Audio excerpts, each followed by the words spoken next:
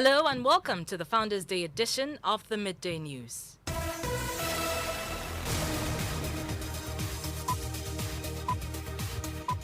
The news is live from our studios at Kukumimle Joy997 FM in Accra. In Kumasi, we are live on Love 99.5 FM and affiliates across Ghana's 16 regions, including ATL FM, Cape Coast, Kekeli Radio Ho, and Radio Max Takrady. Better still, download the My Joy Online app from the Play Store and App Store to listen live around the world. And coming up,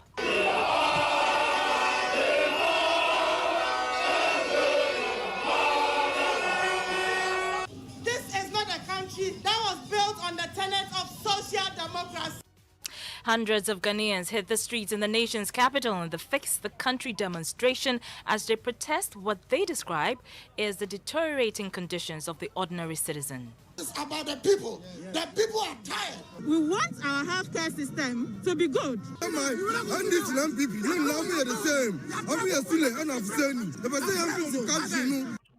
We'll be live on the ground as the protesters converge at the Independence Square. Also, Ghana Health Service announced a significant spike in COVID-19 cases in the Volta, Bono and Bono East regions. We are having some emerging hotspots outside Accra. We have Volta having new cases. Bono and Bono is also sharing some cases. Bring you details as the country hits the 6,000 mark in its active case count. Also, we'll tell you what to expect on tomorrow's edition of the hottest social media political show, State of Play. Politicians have created more jobs with their mouths than actual jobs. Actual jobs, but it's not true. We created NYEP. Later on, we added less debt, yes debt. All of the decks in this world are done. And later, staying with the Fix the Country movement, today we'll hear from one of the musicians inspired by the movement. They say the voice of the people is the voice of the people. As a musician, this is what I can use one of the most powerful communication tools for, to speak for the people. I agree. They say fix the country. They say fix yourself. They say fix the country. They say fix yourself. No. More from Wuta Efri. I am Arba Kumsin. Thank you for choosing us. We are your home of independent, fearless, and credible journalism.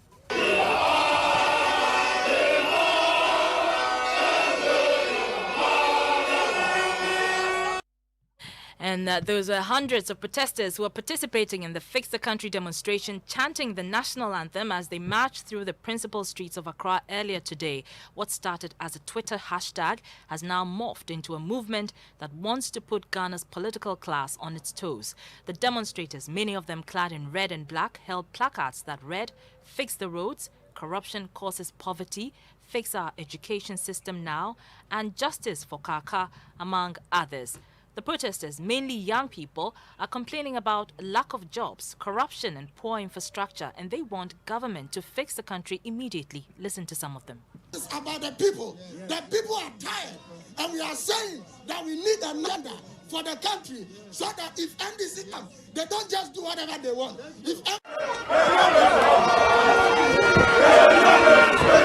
You see, this is not about any political party. We are saying that there should be a national agenda. There must be change. Since 1957, what major improvement have we seen?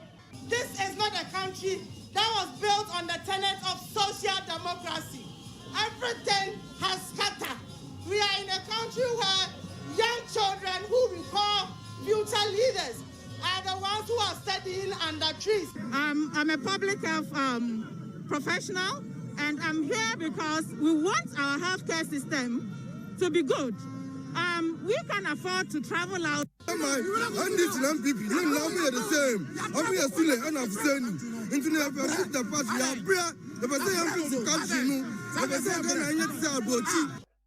So those were voices of some protesters at the Fix the Country demonstration. Manuel Coranting is our man on the ground. He joins us on the line now. Manuel, we know that demonstrators have now converged at the Independence Square. What is expected to happen next? So, for now, the conveners, if you like, the frontline members of this particular movement are expected to address the demonstrators who have gathered here. In just a short while, that will begin as the very last contingent of the demonstrators are now beginning to arrive at the Independence Square. Earlier, there was some disagreement between the protesters and the police over the choice of route to be used. Tell us about that. Well, Araba, we're told by the Ghana Police Service that the arrangement with the leaders of the demonstration was that they were at the point where the road leads to the graphic road, were to take a left and join a something road onto the TUC stretch.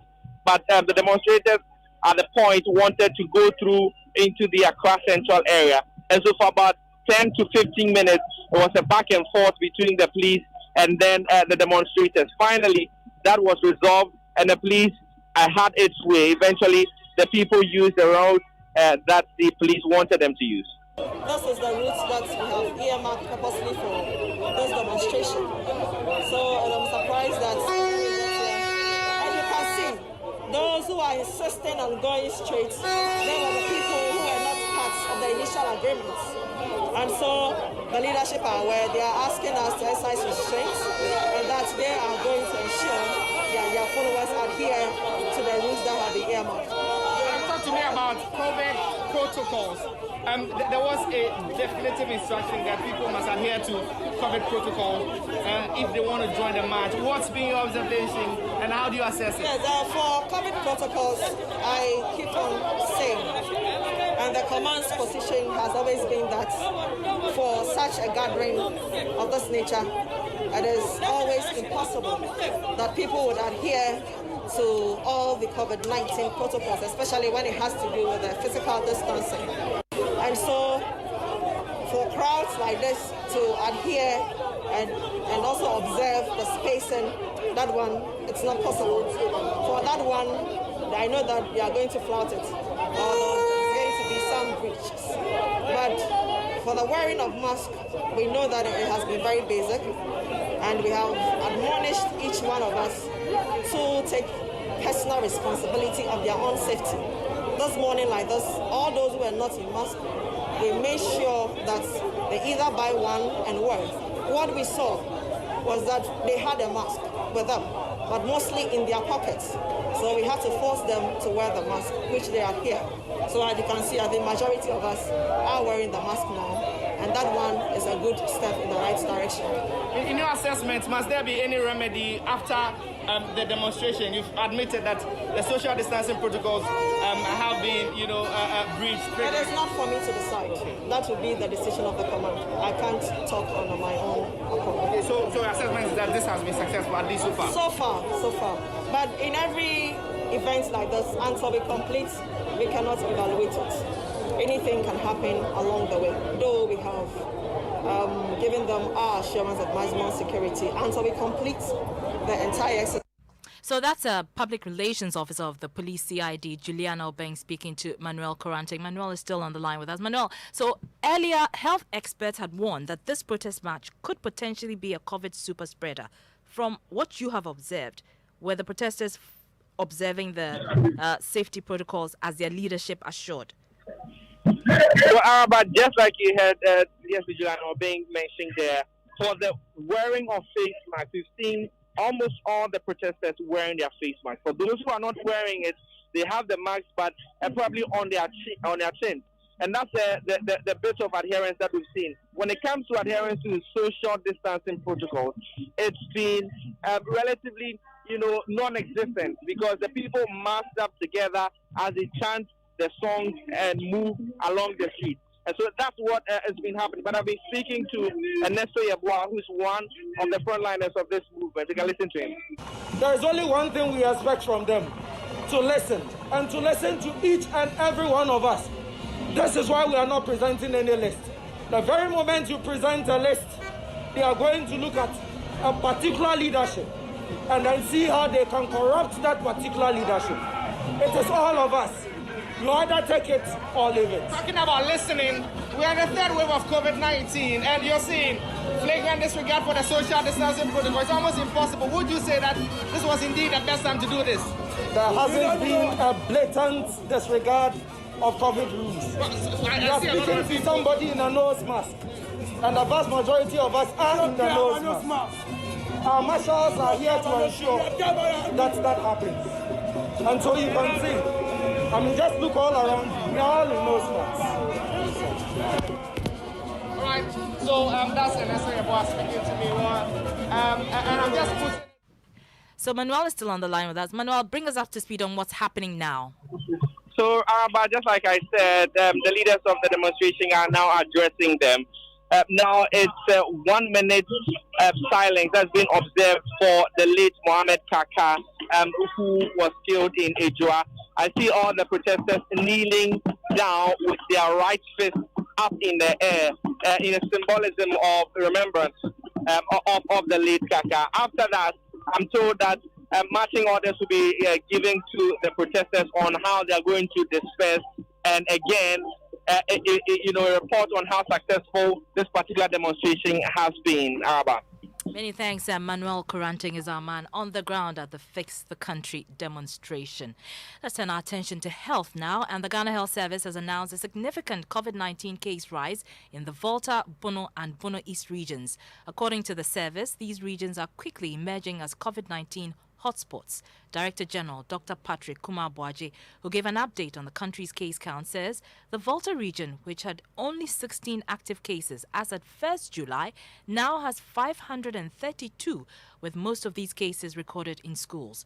Dr. Kumar-Boaje is warning of a spike in the numbers of critical and severe cases if the low adherence to safety protocols continues. He's been addressing journalists at a briefing in Accra today.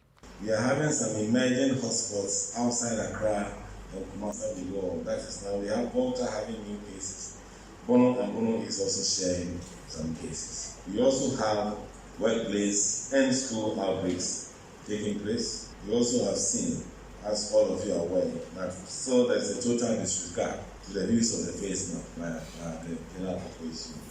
So you can see that from the curve that you are seeing, the third wave is on its way up, and we hope that we work and we all of us, not just the health sector, to let people be able to avenge this by applying the protocols and adhering to all the protocols, including acceptance of contact tracing, cooperating with contact tracing and isolation, so that we can bring these numbers down. So there's an opportunity for us to work very hard by simply applying the very protocol that has worked for us over the years, over the months, the first and the second week, to be able to bring this down. Director General of the Ghana Health Service, Dr. Patrick Kumar-Boaje there. My colleague Hannah Odame just returned from that briefing. She joins me in studio. Let's start with the current case count. We've hit the 6,000 mark, correct? Exactly, we have. And as at the 1st of August, the total confirmed cases was 106,434. The total tests that were done were over 1 million, and total recoveries is 98,814. And you have already mentioned the number of deaths and the active cases. Let's look at the international travels. As at 7 a.m. today, the total number of cases was 2,047. The total number of tests that have been done was 406,872. July, according to Dr. Patrick Kumar-Boaje, recorded the highest number of COVID-19 cases among international arrivals since the airport opened last year, September the 1st. Interesting. And non-Ghanaians have recorded 59% so far, Ghanaians 41%, and the male and female proportion, males that have recorded cases 63%, and the females 37%. The Director General also spoke of the 7-day rising average. Explain to us what that means. So this is the very steep rise in the number of active cases that are being recorded. Remember that he said that the cases are just increasing. For instance, the active cases, which is now 6,766 today, was 1,800 a month ago. And the most cases recorded have been over the last 2 weeks alone, where the deaths and hospitalization have increased. So it means that the figures keep increasing each after week. And this one in particular, this 7-day rising average, happened in the Greater Accra region, the Volta region, the Bono East, Ashanti, Eastern, and Central regions. Right. And hold on for me. Volta regional correspondent Ivy Sotoji joins us on the line. As Dr. Kumar-Boaje indicated, the region had only 16 active cases as at 1st July. Now it has 532. Ivy, you've been speaking with some residents. How are they reacting to this news? Oh, well, some residents are frightened by the news this morning, too. But they are saying that they think they are observing to the protocols, but they are looking at the transport system where you have people in the taxis and the churches who are not observing. And also, I spoke to someone in Angoga who said that in that part of the Volta region, he is sure that most people are observing to the protocols, but he is advising other people who are not yet to see this as a wake-up call to make sure that the protocols are observed well so that it does not escalate. So most people are frightened by the news this morning. This pandemic giving us this type of fear, how to get closer to friends, to learn, how to ask friends questions that you think you don't know answers to. And now the teachers too, because the virus is being recorded mostly on students' campus, the teachers too are kind of scared. So we don't really have this student-teacher relationship, as in asking questions. When you have personal questions you want to ask a teacher, it's really affecting us, and there should be something that we could do about this. So you heard the voice of a resident of Aflao. Earlier you heard Ivy Setoji. She's our Volta regional correspondent. Hannah is still here with me. Hannah, the chief executive of the Food and Drugs Authority, Delise Mimidako, was also at today's briefing. She's been responding to concerns about the antigen diagnostic system used at the Kotoka International Airport for the COVID-19 test. Tell us more. And that's because a lot of people have expressed concern about the results that are churned out. But Delise reiterated the point that the test being done at the airport goes through well-collaborated processes using effective machines, with checks and double checks the results before they are printed to anyone. She even said that if anyone has the lowest viral load, the device can detect and provide accurate results. She's been taking us through the process. Let's hear her. However, we have always recommended for continuous improvement. So that they do, and anything that we recommend that they do, they have done it. So far we have not had any issues with the system at the airport. We even actually asked them that if you read a report, we have something called the 4I principle. Somebody else has to verify it before you issue the report out, and they are doing that. We are assuring Ghanaians that we will continue to monitor that particular system and any other device that we register for use, and will ensure that the quality management system that is required for the device integrity to be maintained and for the results that come out of that system to be credible will be so. Chief Executive Officer of the Food and Drugs Authority, Delise Mimidako there. Earlier, you heard our reporter, Hannah Odame. Now, amidst the coronavirus pandemic, the Ghana Health Service has confirmed the outbreak of scabies disease in the Yoyo district of the Northeast region. The highly contagious skin infection has so far infested an estimated 400 people in parts of the district. Those affected complain of intense itching and burns in their private parts. Others have open sores all over their bodies due to the excessive scratching. Joy News correspondent Elias Tanko has been speaking with victims in the affected areas and has come through with the following report. According to the Ghana Health Service, the disease was initially reported in the area in December last year, but disappeared while authorities were mobilizing to treat the victims. However, in June this year, the disease re-emerged and has since spread in over 10 hard-to-reach villages of the district. The villagers, both young and old, shared their plight. This particular disease, me myself, it has affected me. My buttocks is like pimples. It is when I start scratching my body, it is some liquid is coming out. It is like pimples, and there is boils around my buttocks and then the private part. So when I scratch like this, it's either blood that will ooze out or some liquid that will come out. It's very dangerous. All her children has been affected, and in the night the children will be crying that she should be scratching their bodies. While she's also scratching her own, the children will also be crying other side that she should be scratching their. She's a mother of 7, and all these 7 children has been affected. How can she scratch all their bodies, including her own? Victims after a diagnosed by a community nurse failed to heal them are now resorting to their normal traditional method to treat the disease. Some of them are drinking boiled herbs recommended by traditional chief priests in the area.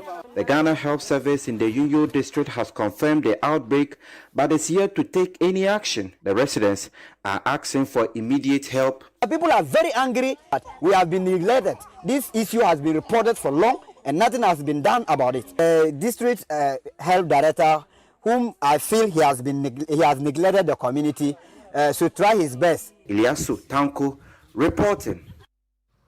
And here in Accra, I'm Arba Kumsin. We're taking a short break. Our top stories: hundreds of Ghanaians hit the streets in the nation's capital in the Fix the Country demonstration as they protest what they describe as the deteriorating condition of the ordinary citizen. We brought you an update. Ghana Health Service announces significant spike in COVID-19 cases in the Volta, Bono and Bono East regions. Still ahead, latest accident data from the Police Motor Traffic and Transport Department shows 256 people were killed in road crashes in the month of July alone. We have details. Also, we'll tell you what to expect on tomorrow's edition of the hottest social media political show, State of Play. Politicians have created more jobs with their maths than actual jobs. Actual jobs, but it's not true. We created NYEP. Later on, we added less debt, yes debt. All of the decks in this world are done. And later, staying with the Fix the Country movement today, we'll hear from one of the musicians inspired by the movement. They say the voice of the people is the voice of the people. As a musician, this is what I can use one of the most powerful communication tools for, to speak for the people. More from Wute Free after this break.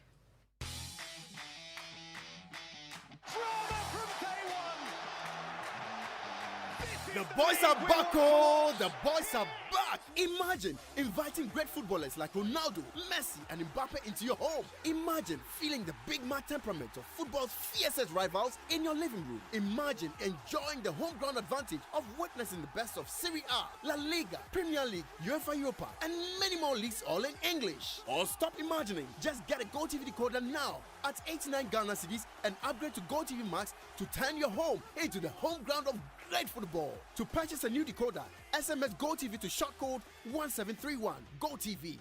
Love it. Drama from day one.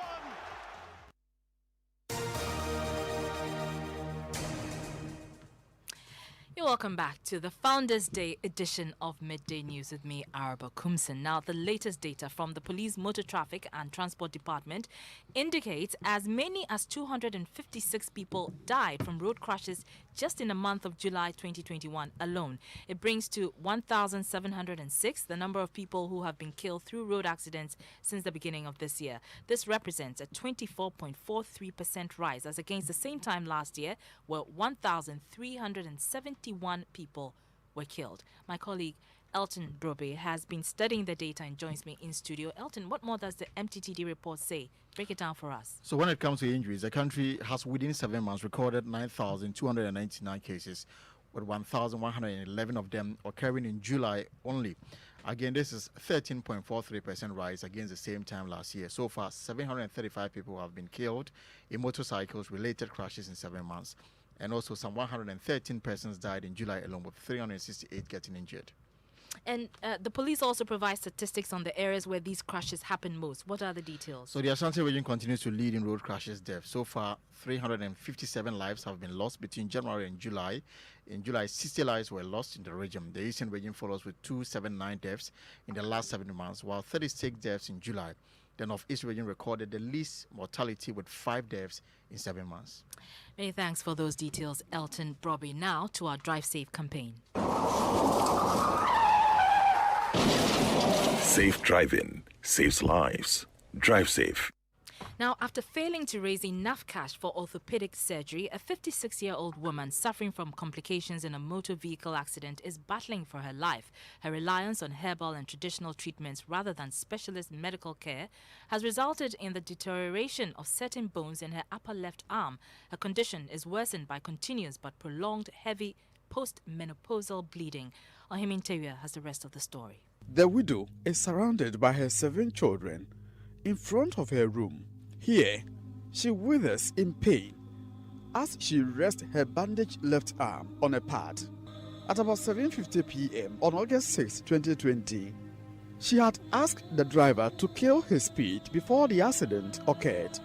I was returning home after trading in banana in Kumasi. Whilst on my way home, I realized the driver was speeding, so I beckoned on him to kill the speed. The driver told me it was late. I saw our car collide with another. All I saw was I was on admission.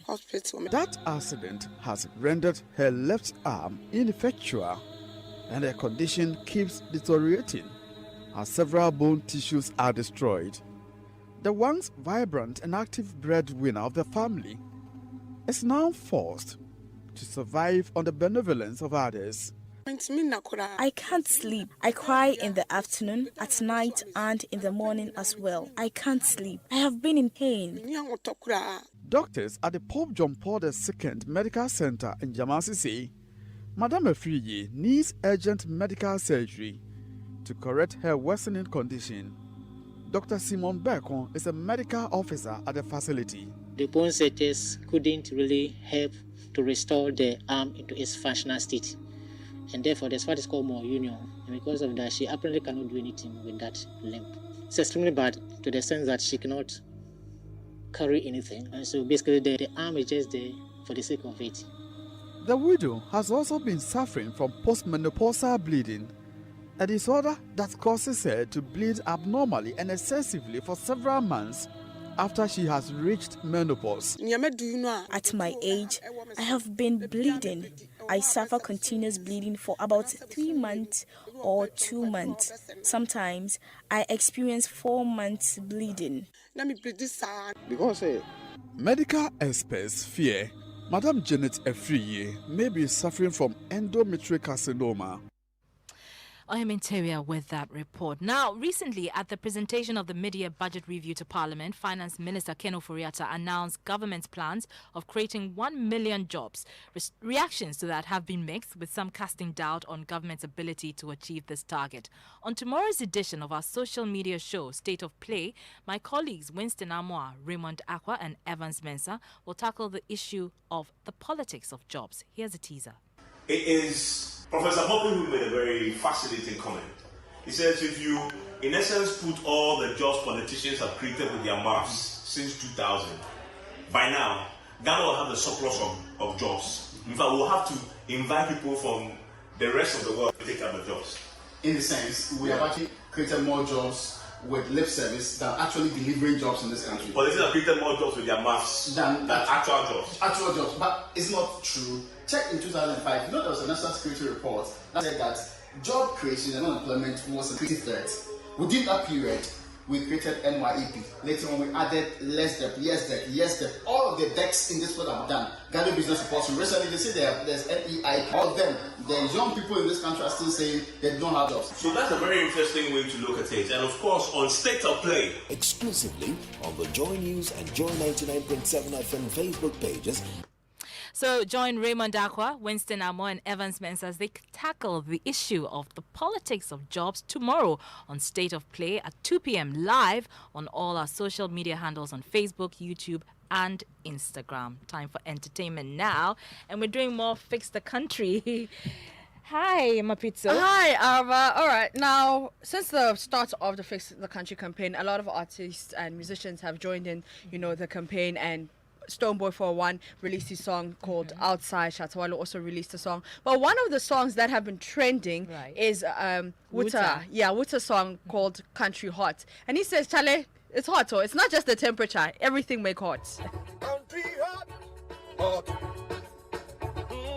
Country tough, tough. This is a national worry. We are all worried. And I think for one, there's been an awakening. We think we deserve better as a people. They say the voice of the people is the voice of God. So I think with the right instrumentation and the right lyric, the right melodies and the right rhythm, music can be that perfect partner for change. I think we can all together change the narrative. And as a musician, this is what I can use one of the most powerful communication tools for, to speak for the people. Fix the country. Yes, music is the perfect partner for change. That's interesting. It is, right? But I mean, as this hashtag continues to trend on social media, let's go to Twitter and pick a few posts. All right, it's trending at number 1 with over 76,000 tweets. And at Efiaudo, who's an actress, says, "In God I put my trust and my faith. In God I am protected. Nothing formed against me by evildoers shall prosper." Hashtag fix the country demo. We know that she got a lot of bashing and trolling on social media. At Kwabena 4 says, "Government can go for loans to buy cars, MPs, but can't see it as a necessity to provide textbooks for basic school." Hashtag fix the country. And the last one from Aram, who says, "Ghana is all we got. We don't have anywhere else. Any other land is another man's. Let's fix home and be proud of it and call it ours." Hashtag fix the country. Hashtag fix the country. Thank Ghana. you so much, Mapitso. And that issue is also one of the most talked about on My Joy Online. Also, Ghana Health Service announces significant spike in COVID-19 cases in the Volta, Bono and Bono East regions as the country's case count hits 6,000 mark. On Living Word today, the topic is excellence. Is it by grace or by works? Part 1. My name is Arba Crimson. Thank you for your attention. Olympics is here, where people cheer for the champions. And Samsung has got something great. Samsung Olympics promotion, only for the champions. Grab your